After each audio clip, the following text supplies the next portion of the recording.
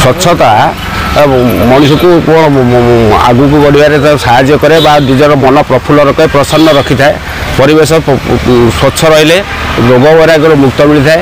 ଆମ Paradip green trust ଖୁବ୍ କମ୍ ଶୀଘ୍ର ଦିନ ଭିତରେ ଜନ୍ମ ନେଇଥିଲେ ବି ଗତ ଗୁଣ୍ଡିଚା ଯାତ୍ରାରେ ଯେଉଁ ବୃକ୍ଷରୋପଣ ପ୍ରତି ଆକର୍ଷିତ କରିବା ଆଉ ସଫେଇ ପ୍ରତି ଯତ୍ନବାନ ହେବା ଆଦି କାର୍ଯ୍ୟକ୍ରମ କରିଥିଲା। ଆଜି ବାହୁଡ଼ା ଅବସରରେ ମାଉସୀ ମା ଛକରେ ଯେଉଁ କାର୍ଯ୍ୟକ୍ରମ କରିଛୁ, ସଫେଇ କାର୍ଯ୍ୟକ୍ରମ କରିଥିଲେ, ସେଥିରେ ଆମର ସମସ୍ତ ଭାଇମାନେ ଗ୍ରୀନ୍ ପାରାଦୀପ ଟ୍ରଷ୍ଟର ଭାଇମାନେ ସମସ୍ତେ ଅଂଶଗ୍ରହଣ କରିଥିଲେ। ସେଥିରେ ମ୍ୟୁନିସିପାଲିଟି ଚେୟାରମ୍ୟାନ୍ ମଧ୍ୟ ଆମକୁ ସହାୟତା ଆମ ସହିତ ସାମିଲ ହୋଇଥିଲେ। ମ୍ୟୁନିସିପାଲିଟି କର୍ମଚାରୀମାନେ ମଧ୍ୟ ଆମ ସହିତ ସାମିଲ ହୋଇଥିଲେ। ସେଥିରୁ ଆଜିର ଯେଉଁ କାର୍ଯ୍ୟକ୍ରମ ଯେଉଁ ଭାଇମାନେ ଯୋଗ ଦେଇଥିଲେ, ସେଥିପାଇଁ ସମସ୍ତଙ୍କୁ ମୁଁ ସାଧୁବାଦ ଜଣାଉଛି।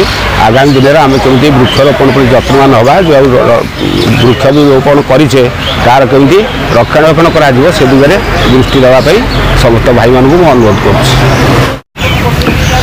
ସ୍ୱଚ୍ଛତା ହିଁ ପବିତ୍ରତା, ପବିତ୍ରତା ହିଁ ଈଶ୍ୱର। ଯେଉଁଠି ସ୍ୱଚ୍ଛତା ସେଠି ଈଶ୍ୱର ବାସ କରନ୍ତି। ପାରାଦୀପର ମାଉସୀମା ମନ୍ଦିର ଛକରେ ଆଜି ଗ୍ରୀନ୍ ପାରାଦୀପ ଟ୍ରଷ୍ଟ ତରଫରୁ ଏହି ସ୍ୱଚ୍ଛତା କାର୍ଯ୍ୟକ୍ରମ କରାଯାଇଥିଲା।